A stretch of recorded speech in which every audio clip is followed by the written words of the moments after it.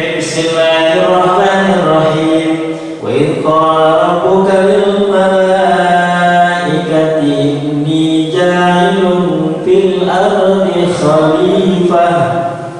Qalu ataj'alu fiha man yufsidu fiha wa yasfiku ad-dima' wa nahnu nusabbihu bihamdika wa nuqaddisu lak.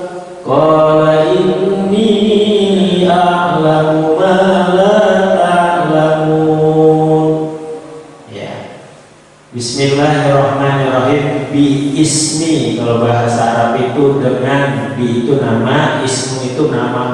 Allah itu tetap Allah, dengan nama Allah. Ar-Rahman pengasih, Ar-Rahim penyayang. Jadi beda antara Ar-Rahman dengan Ar-Rahim. Kalau Ar-Rahman itu keduniaan. Ketika kita minum kayak gini nih, saya minum ya, itu dapat airnya ya. Kalau Ar-Rahim itu pahalanya, akhiratnya gitu ya. Jadi kalau Rahman siapa saja dapat, kalau Rahim khusus orang-orang yang beriman ya. Jadi ayat ini yang pertama diawali dengan kata-kata wa'iz. Wa'iz itu dan ingatlah ya. Kola itu artinya berkata. Coca-Cola beda ya. Rabbuka lil malaika. Jadi ingatlah ketika Tuhanmu, Tuhan kita semua ya, berkata kepada para malaikat ya, para malaikat, inni ja'ilun fil ardi khalifah. Sesungguhnya aku, bukan saya ya, Allah itu ingin menjadikan di bumi ini khalifah. Ini ada dua, kalau dalam kitab tafsir Al-Marwazi ada dua pendapat. Yang pendapat pertama itu ulama salaf, ulama dulu. Kalau yang kedua ulama mutakhir, Muhammad Abdul dan sebagainya. Ini ulama yang kedua. Jadi dikatakan dalam ayat ini, qalu ataj'alu fiha man yufsidu fiha. Malaikat, kenapa Allah menjadikan manusia sebagai khalifah? Ini malaikat kurang ajar juga sih. Ya, Tuhan bosnya ditanya, kenapa jadi khalifah gitu ya, dari manusia gitu. Karena kenapa? Mereka menjawab yusfikun ya, yufsidu fiha, yang apa namanya, di bumi itu yang namanya manusia itu rusak, kata mereka. Wa yasfikud dima, dan dia itu menumpahkan darah. Itu kata versi malaikat gitu ya.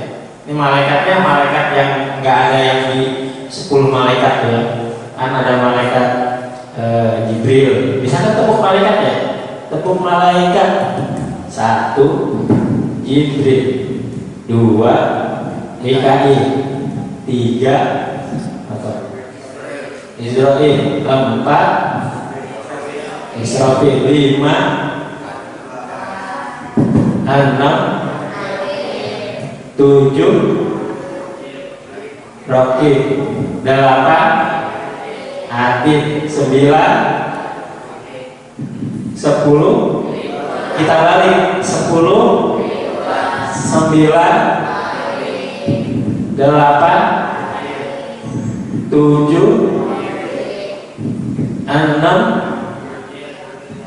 5 6 4 3 2 ayo 1. Nah, 10 malaikat ini malaikat-malaikat yang enak, jenderal-jenderal yang bintang 4, jenderal-jenderalnya. Nah, yang di sini nih malaikat yang gak tenar, kalau dalam sejarahnya. Jadi, iya, udah gak tenar, ini lagi apa nanya, ya, kenapa menjadikan apa khalifah di muka bumi pada membuat kerusakan, terus menumpahkan darah, sedangkan kami kami itu bertasbih terus, kemudian bihamdi memuji Engkau terus, Kau disulap dan mensucikan kau terus gitu ya. Ini mereka terus nyecat terus. Jadi kalau menurut ulama salaf, ayat ini ayat mutasyabih, ayat yang tidak bisa ditafsirkan hanya secara makna zahir saja, makna jelas itu saja enggak. Jadi ada sesuatu yang mutasyabih gitu ya, menurut ulama salaf. Tapi kalau yang ulama mutakhir, Muhammad Abdul dan sebagainya, mereka banyak menggunakan akal. Jadi semua serba akal. Kalau tidak sesuai dengan akal, ini impossible ya, gitu ya. Jadi kalau menurut ulama salaf, mustahil malaikat itu la ya'sunallaha ma'amarum, nggak pernah dia namanya maksiat kepada Allah. Wa yaf'aluna ma yu'marun, dan mengerjakan apa yang diperintahkan Allah pasti mengerjakan. Makanya mustahil malaikat ini ngengkel gitu di ayat tersebut. Iya. Setelah berdebat seperti itu, kan kalau dalam bahasa Arab namanya hiwar, ada semacam dialog ya, dialog dalam, kalau menurut ulama mutaakhirinnya, inni a'lamu ma la ta'lamun. Jadi ternyata kalau menurut ulama salaf ada sesuatu hikmah. Jadi Allah menciptakan sesuatu itu pasti ada hikmahnya ya. Akhirnya kalau menurut ulama salaf, ketika mereka itu bingung, malaikat bingung gitu ya. Jadi malaikat setelah dia bingung, kalau menurut ulama salaf dikasih hidayah oleh Allah, dikasih petunjuk. Akhirnya mereka mau tunduk dan mau patuh. Kalau yang menurut ulama mutaakhirin, Muhammad Abdul, dia dikasih ilham, sehingga setelah mendapat ilham baru dia mau tunduk dan patuh kepada Allah. Nah, nanti cikal bakalnya ada yang tidak mendapat hidayah, ada juga yang tidak dapat ilham. Nah, malaikat satu ini nih yang aba wastakbaro, sombong. Lu diciptakan dari tanah, gua dari api. Nah, kata-kata sombong inilah tercetuslah keluar dari majelis malaikat, sehingga dapat SK namanya iblis. Sebenarnya khalifah ini kalau menurut arti bahasa itu makhluk yang dalam bentuk yang lain. Jadi sebenarnya bumi ini sudah ada yang menempati, yaitu makhluk-makhluk mereka, termasuk jin. Manusia belum ada. Dan kalau kita lihat nabi yang pertama itu adalah Nabi Adam. Nabi yang pertama. Habis Adam, Idris. Kenapa disebut nabi? Dia karena punya pengikut. Iya. Nah, ketika Nabi Nuh, itu dalam sejarahnya, dalam kapal itu ada 80 orang. Nah, dari 80 orang itu kita semua. Nah, sebenarnya kita keturunan Nabi Nuh, Nabi Adam sama Idris sudah habis seorang. Yang ada turunan dari Nabi Nuh. Maka Nabi Nuh karena punya pengikut dalam kapal itu 80 orang, disebut Rasul yang pertama, yaitu Nabi Nuh. Kalau Nabi yang pertama, Nabi Adam. Bisa nggak tahu perbedaannya? Nabi pertama Nabi Adam, Rasul yang pertama Rasul, Nabi Nuh, Nabi dan Rasul. Ini bedanya. Paham ya? Ya. Jadi di sini kita lihat bahwa Allah menjadikan sesuatu itu makhluknya batila, tidak ada batilnya, tidak ada celahnya, pasti ada hikmahnya. Ternyata Allah membuat semacam skenario bahwa ruh, ya, bukan manusia ya, ruhnya Nabi Muhammad itu, Rasul Muhammad itu sudah ada di surga. Jadi ketika Nabi Adam di surga sama ibunda Hawa, nah itu kan mas kawinnya, maharnya Muhammadur Rasulullah. Padahal manusianya belum lahir, tapi ruhnya sudah ada. Ya. Makanya tidak aku ciptakan alam semesta ini kalau enggak karena engkau Muhammad Sallallahu Alaihi Wasallam. Maka kita lihat selanjutnya ayat slide selanjutnya, kita lihat di sini. Kenapa manusia menjadi khalifah? Satu, untuk memakmurkan diri sendiri selaku hambanya. Apa ayatnya? Azariyat, wa ma khalaqtul jinna wal insa illa liya'budun. Dan tidak aku menjadikan jin dan manusia kecuali menghamba, tunduk. Satu. Ya. Kemudian untuk menjaga kemakmuran keluarga, anfusakum wa ahlikum, ya, dan masyarakat sekitar. Dan yang ketiga, untuk menjaga dan memakmurkan bumi Allah sebagai amanah. Makanya ketika tadi malaikat nengkel, sebenarnya malaikat dikasih semua ilmu, cuman yang hakikinya cuman ada doang. Dari mulai rahasia-rahasia langit, nama-nama benda, itu diajarkan semua sama Allah kepada Nabi Adam. Diadakan sidang pleno, diadakan debat capres gitu ya, antara malaikat dengan Nabi Adam. Ditanya benda ini, Nabi Adam langsung jawab. Ditanya benda ini, malaikat diam aja. Karena nggak diajarin hakikatnya. Makanya ketika malaikat yang nanya kita di dalam kubur, kalau orang yang pinter, ketika malaikat nanya, kita balik nanya lagi. Nah itu biasanya malaikat langsung lapor kepada Allah. Mana buka? Jadi sebenarnya ketika kita nanti meninggal, ujian kita masuk surga atau neraka itu udah ada bocorannya. Mana buka? Tinggal jawab kan? Allahu Rabbi. Udah ada bocoran itu, tinggal gitu aja. Cuma karena yang di dalam suatu ayat yang ditanya itu Imam Sibawayh, seorang pengarang nahwu, ketika ditanya man buka, man itu isim apa? Kata Imam Sibawayh berbalik ke malaikat yang lain tadi. Man buka, man isim apa?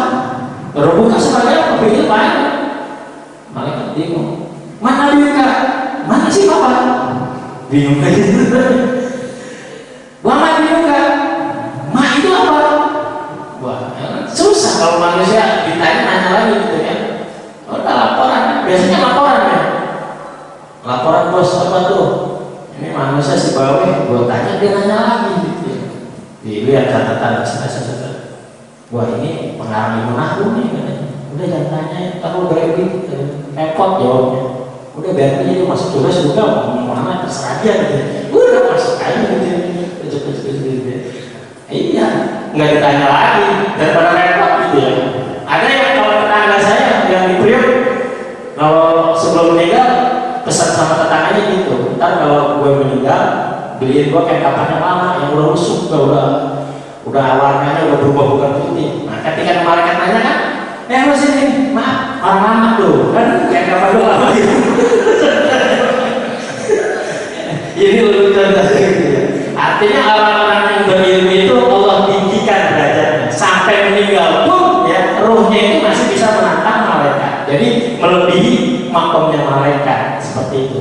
Maka ketika itulah baru malaikat mendapat hidayah, mendapat ilham. Oh ternyata manusia seperti ini.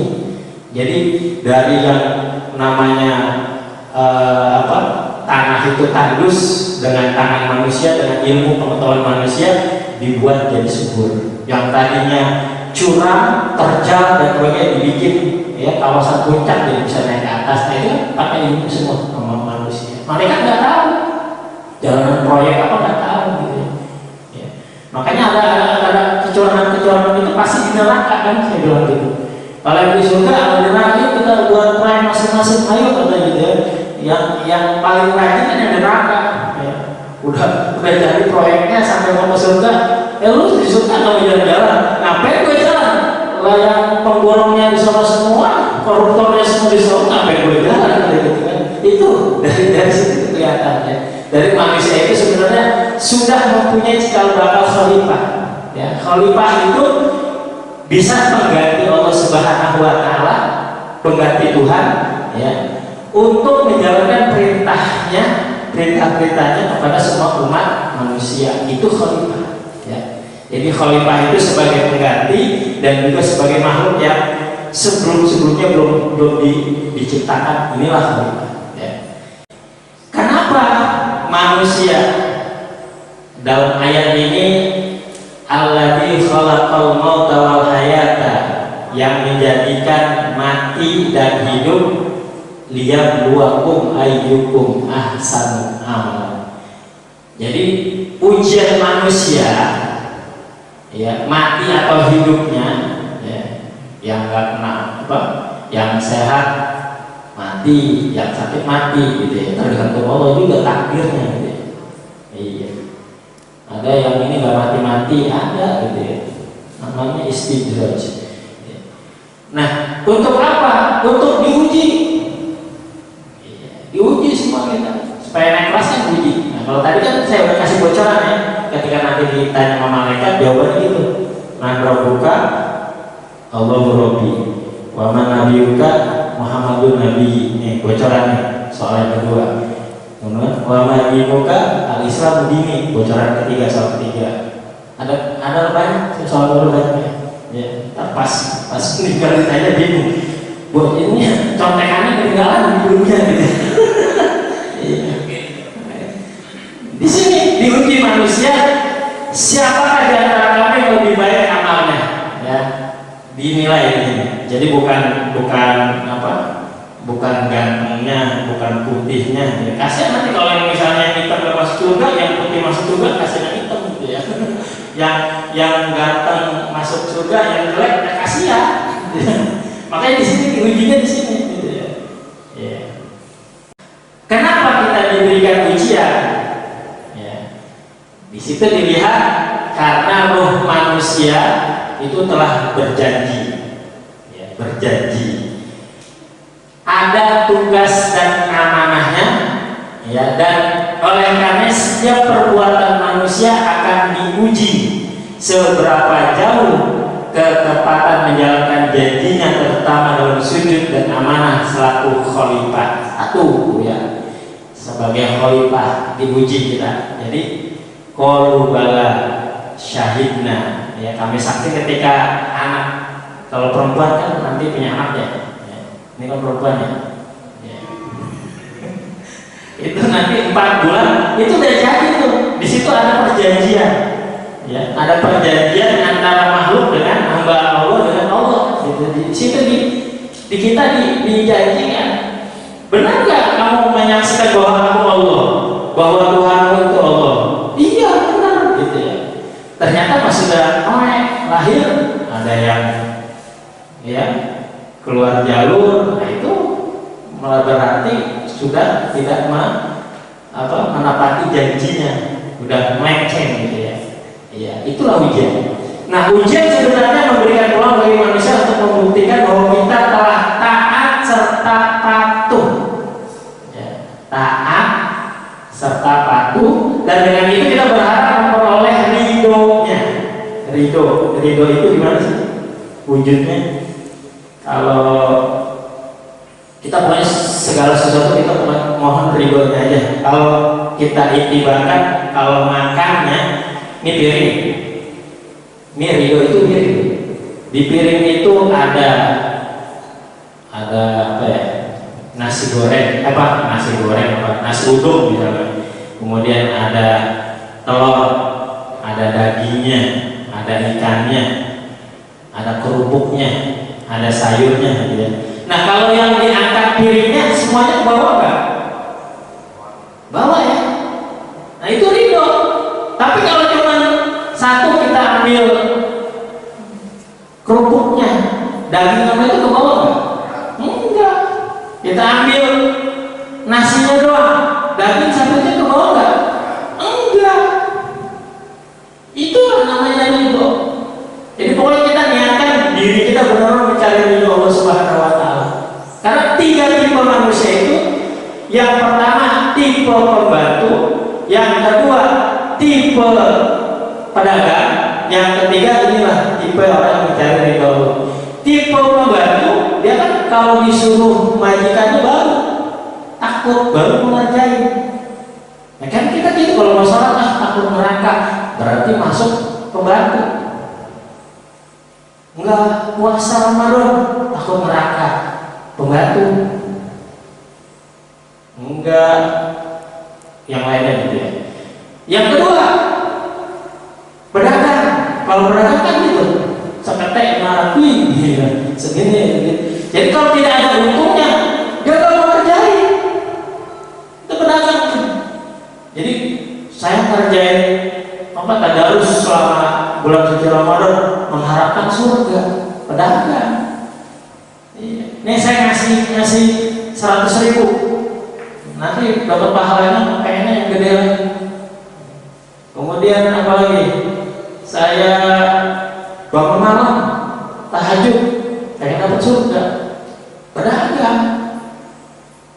Yang satu tipe pembantu, yang kedua tipe pedagang. Nah tipe yang terakhir yaitu tipe yang mencari ridho Allah tadi. Kalau makan tuh piringnya yang dipegang langsung, bukan kerupuknya, bukan nasinya, bukan ikannya, bukan sayurnya. Itulah ridho. Jadi untuk mendapat ridho Allah selamat di dunia dan di akhirat. Lanjut. Ada 5 kekuatan tujuan.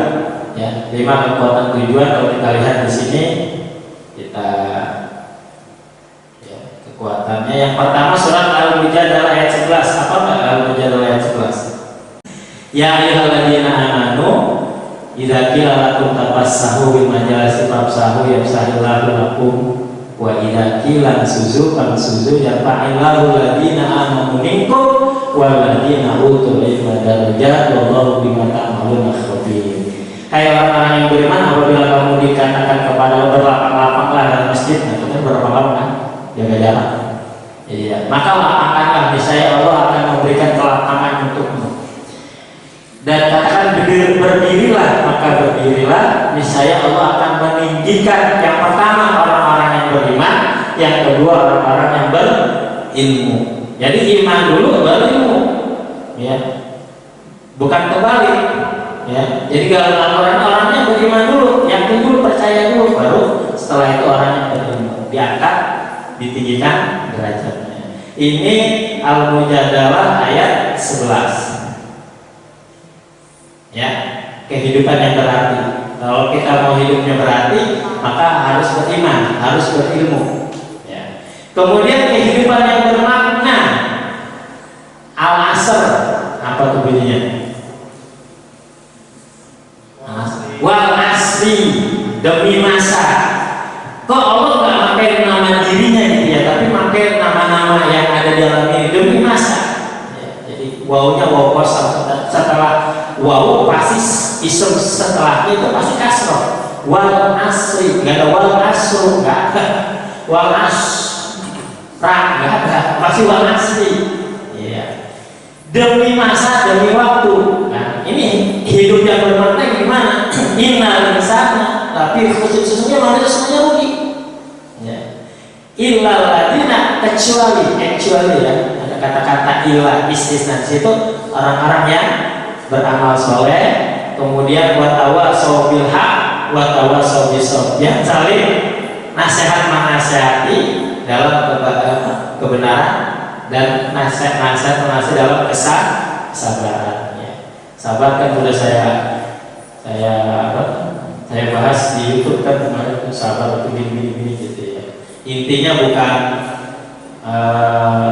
orangnya banyak maksiat atau kampung kita ini Indonesia banyak maksiat sehingga ditimpakan musibah dan sebagainya malapetaka, bukan. Jadi intinya ketika orang itu beriman, ya, makin beriman makin diuji, makin beriman makin diuji gitu ya. Jadi ujian itulah yang menjadikan kesabaran kita. Baik, itu kehidupan yang bermakna. Kemudian lagi ada kehidupan yang berbudaya. Ar-Rahman ayat 11. Ya, lahu maqibatun min baini yadayhi wa min khalfihi yahfazunahu min amrillah. Innallaha la yughayyiru ma biqaumin hatta yughayyiru ma bi anfusihim. Arti yang dilihat, sesungguhnya Allah tidak merubah sesuatu keadaan suatu kaum sehingga mereka mau merubah keadaannya ya, sendiri. Jadi kalau misalnya, maaf, orang tua kita miskin gitu ya, kita udah pasrah miskin juga, jangan. Ya. Bila perlu, kalau bapaknya preman, anaknya jangan jadi preman. Lain goyim harus lebih dari kita. Siapa yang berubah? Ya kita sendiri. Kalau ilmu makin kita kasih, makin banyak. Tapi kalau harta makin dibagi, habis. Jiwa habis begitu. Iya nggak? Habis. Anak tujuh-tujuhnya minta. Ya. Yang ke-8 kasihan. Iya. Kalau harta habis. Makanya yang mau menentukan diri kita sukses apakah ya diri kita sendiri. Nah inilah namanya kebermaknaan kehidupan. Yang merubah diri kita sendiri jadi ya diri kita, bukan orang lain. Bukan ini loh harta bapakku, ini loh tanah abang, bisa berubah. Ini yang nggak mau berubah, nggak mau berbudaya. Kemudian manusia yang berakhlak karimah. Ya, dalam hadis itu innama bu'istu liutammima makarimal akhlak. Rasul diutus ke dunia ini untuk menyempurnakan akhlak. Itu Rasul. Sampai-sampai Allah menyebut dalam Al-Quran, wa innaka la'ala khuluqin azim. Sungguh pada diri Rasul itu terdapat akhlak yang mulia. Bayangin, dia pagi sholat subuh. Kalau sholat subuh kan kita lewat gitu ya. Kalau nanti itu sholat subuh udah ada yang nungguin. Ludah yang paling bau itu ketika orang baru bangun tidur. Nah itu Nabi dimuncratin ludah ketika mau sholat subuh tuh di ludahnya tiap hari. Nabi enggak marah. Coba kita mulai awas ludah naik jidat gitu ya. Nabi enggak. Bayangin tiap hari. Sampai-sampai ketika hari apa gitu ya. Loh, mana nih langganan gitu. Malah langganan gitu kalau kita kan ini golongnya kemarin buat potong sapi. Tapi udah langsung. Ini Nabi enggak, malah dicari. Ternyata sakit. Orang-orang nggak ada yang jenguk, dia yang jenguk pertama kali. Hebat nggak? Udah diludahi, cariin. Dan orang yang pertama itu beliau yang jenguk tuh pagi-pagi jam 6 pagi tuh lewat ART sebelah kiri gitu ya, langsung ketemu. Nangis gitu ya meludahi. Oh ini Rasul. Sejak pagi ini saya ikrarkan ya, asyhadu an la ilaha illallah wa asyhadu anna Muhammadar Rasulullah. Saya masuk Islam detik ini. Hebat. Itu halak Nabi. Ada lagi. Nabi itu tiap hari itu ngasih makan nenek-nenek udah buta. Nenek-neneknya Yahudi, buta, jelek, hidup. Iya. Itu ada di pojokan pasar Impres atau pasar Medan itu tempat blok A itu. Dia dulu di pinggir jalan itu. Nabi itu setiap hari ngasih. Kan orang buta kan nggak lihat siapa yang kan. Ngasih makan tuh makannya itu kalau kayak masukan jadi dikunyah dulu di mulutnya, baru dikasih ke nenek-nenek tadi. Tiap hari ngasih. Padahal ketika ngasih makan itu menjelaskan itu si Muhammad itu dasar tukang sihir, tukang apa, pokoknya habis lupa gitu ya. Padahal yang ngasih makan Nabi itu ngasih makan pakai sendok. Kalau gua kan udah lihat barang-barang di depan muka, gua terdolen aja sendok gitu. Nabi enggak, terus tiap hari ya. Sampai suatu waktu Nabi meninggal kan. Sampai Abu Bakar nanya, apa sih amalan Nabi yang belum dilanjutkan? Ada, kata Fatimah. Itu nenek-nenek yang buta tuh, itu Nabi setiap pagi ngasih makan. Dicoba sahabat Abu Bakar ngasih makan. Ya nggak tahu Nabi ngasih makan gimana, langsung dijejelin aja. Bukan kayak gini, katanya orang yang setiap hari ngasih makan saya bukan kayak gini. Halus orangnya, dikunyah dulu, di ini dulu. Saya tinggal menelannya, ya kan nggak ada gigi. Ya, kalau orang kagak ada gigi kayak gitu. Ya, nyender gitu ya, tinggal telan. makan sate hilang semua gigi. Jadi bukan begini kata nenek-nenek tadi. Rasul itu ngajar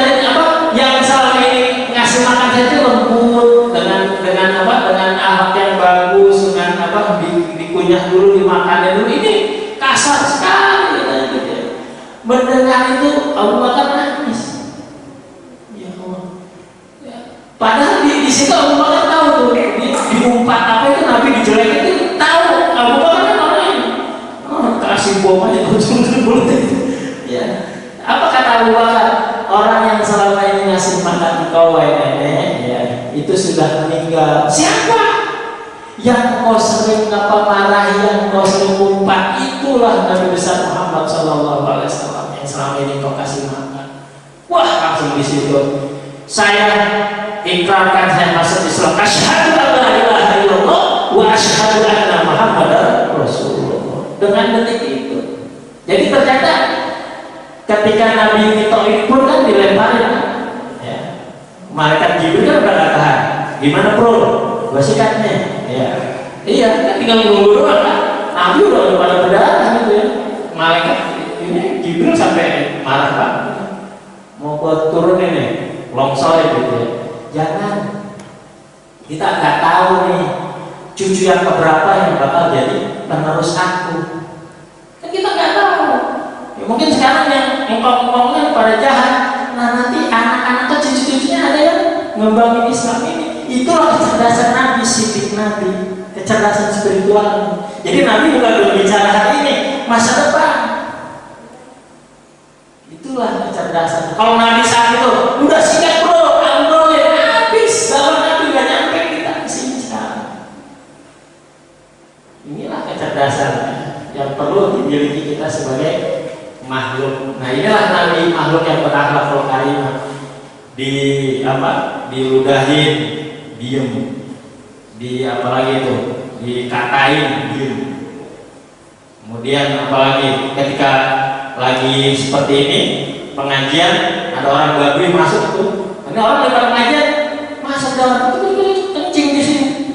Nabi nggak marah, salah lah. Diem, uskut tadi. Udah kencing di situ, ya coba di sini ada pahanya kencingin, habis. Nabi enggak. Ini Nabi ya, bukan saya Nabi. Iya. Enggak, ini perumpamaan doang. Iya, enggak ada lagi. Iya.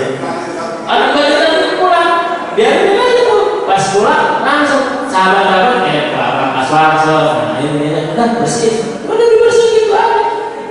Itu Nabi kalau habis gitu. Orang masjid, musola kayak di situ. Nabi kan marah, itulah yang kita nggak bisa karena apa ya? Dia manusia tapi tidak seperti kita manusia gitu. Ada sesuatu yang beda. Ya, inilah hadis-hadis yang banyak menceritakan tentang. Jadi kedudukan manusia itu bisa mengalahi malaikat. Dan dari situ mereka, oh ternyata ini ya khalifah ya. Oh ternyata Jibril gak kuat kan? Udah tinggal mau gua longsorin aja gitu ya. Oh ini yang namanya khalifah ya. Ini ya. Ini. Jadi mahkomnya itu di atas malaikat. Ya. Ketika mau naik Mi'raj kan, ke Sidratul Muntaha kan, Jibril nemenin kan? Nemenin tuh, ya, nemenin kan? Dari Mekah, dari Baghdad terus yang naik Baitul Maqdis kan ada yang benar kan masjidnya itu yang hijau bukan yang warna emas. Yang warna emas itu apa? Monumen doang. Di situ ada batunya pengen ikut juga ke atas, makanya batunya agak cembung gitu ya. Nah, kata malaikat, lu nggak usah ikut batu, gua aja Nabi Muhammad naik ke atas sana. Nah di atas langit ketika mau ke arsy Allah kan malaikat Jibril nggak bisa menembus, hancur tubuh saya. Tapi sebagai manusia, satu-satunya manusia yang langsung menghadap Allah itu Nabi Muhammad SAW. Hancur, malaikat hancur, apalagi Apollo habis, hancur. Saat itu belum ada Apollo kan, adanya namanya buruk kilat. Bentuknya kayak gimana saya nggak tahu gitu. Nabi udah canggih kan dulu kan. Kalau Apollo kan untuk lurus kan harus gini dulu baru akan membuang buntutnya kan, baru bisa naik ke atas kan. Kalau nggak gitu nggak bisa lurus. Nabi Muhammad lurus ke atas. Kalau kita naik pesawat kita lihat tuh kan, oh ini langit pertama. Ternyata ada langitnya lagi. Nah itu Jibril gak dikasih kuasa. Nah, ternyata manusia lebih tinggi derajatnya. Ini khalifahnya, nggak sembarangan. Ya, Nabi Musa sendiri pengen lihat Allah nggak bisa. Nur ala nur itu ketika apa? Allah tampakkan di bukit Tursenane, saya kasih cahayanya aja, ya. Cahayanya itu langsung itu apa? Lumer. Jadi akhirnya Nabi Musa yang ngomong di balik tabir aja. Satu-satunya manusia langsung ngomong sama Allah itu ya Nabi Muhammad. Tuh nanti kita bayangin gimana kita di alam pada masa yang melihat Allah gitu, ya Allah gitu. Ya nggak ada yang saya bilang kayak tadi itu telanjang semua ya. Nggak ada yang memperhatikan yang nggak ada. Allah dengan Allah tuh benar-benar nur alam nur gitu ya. Cahaya di atas cahaya. Benar-benar Allah orang yang kalau kita sudah cinta itu benar-benar ya susah melihatnya gitu. Ya ada hari tanpa mengingat Allah Subhanahu Wa Taala. Yang terakhir di sini ada hidup yang hayatan thayyibah. Hayatan thayyibah itu yang dimana? An-Nahl ayat 97 kita lihat lagi. Man amila sholihan min zakarin aw unsa. Zakar itu alatnya laki-laki, unsa itu alatnya perempuan. Jadi dikatakan di sini laki-laki dan perempuan yang beramal soleh, ya. Ya, maka sesungguhnya akan kami berikan kehidupan yang thayyibah, kehidupan yang baik. Yaitu kami berikan balasan kepada mereka pahala yang lebih baik dari apa yang telah mereka kerjakan.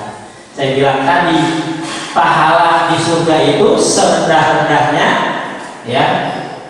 Nanti di surga tuh ada surga yang paling bawah. Itu nanti kita dapat 73 bidadari setiap laki-laki.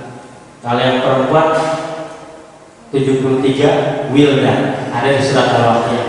Jadi bidadari itu perempuan yang gak pernah dicolek oleh laki-laki manapun, asli. Itu bidadari. Kalau yang udah dicolek bukan bidadara. Iya benar. Dan itu nanti pakaiannya dari sutra, ya. Ayo. Dan tembus padang itu dikasih buat laki-laki yang aja deh, dapat 73 bidadari. Entah gitu ya. Di surga itu serendah-rendahnya gitu ya. Apalagi yang kelas VIP itu Firdaus, wah itu kan syuhada, para anbiya, para sholihin, wah itu beda lagi. Itulah namanya hayatan thayyibah yang kita dapatkan. Kurang dan lebihnya normal. Wallahul muwaffiq ila aqwamit thoriq. Wassalamualaikum warahmatullahi wabarakatuh.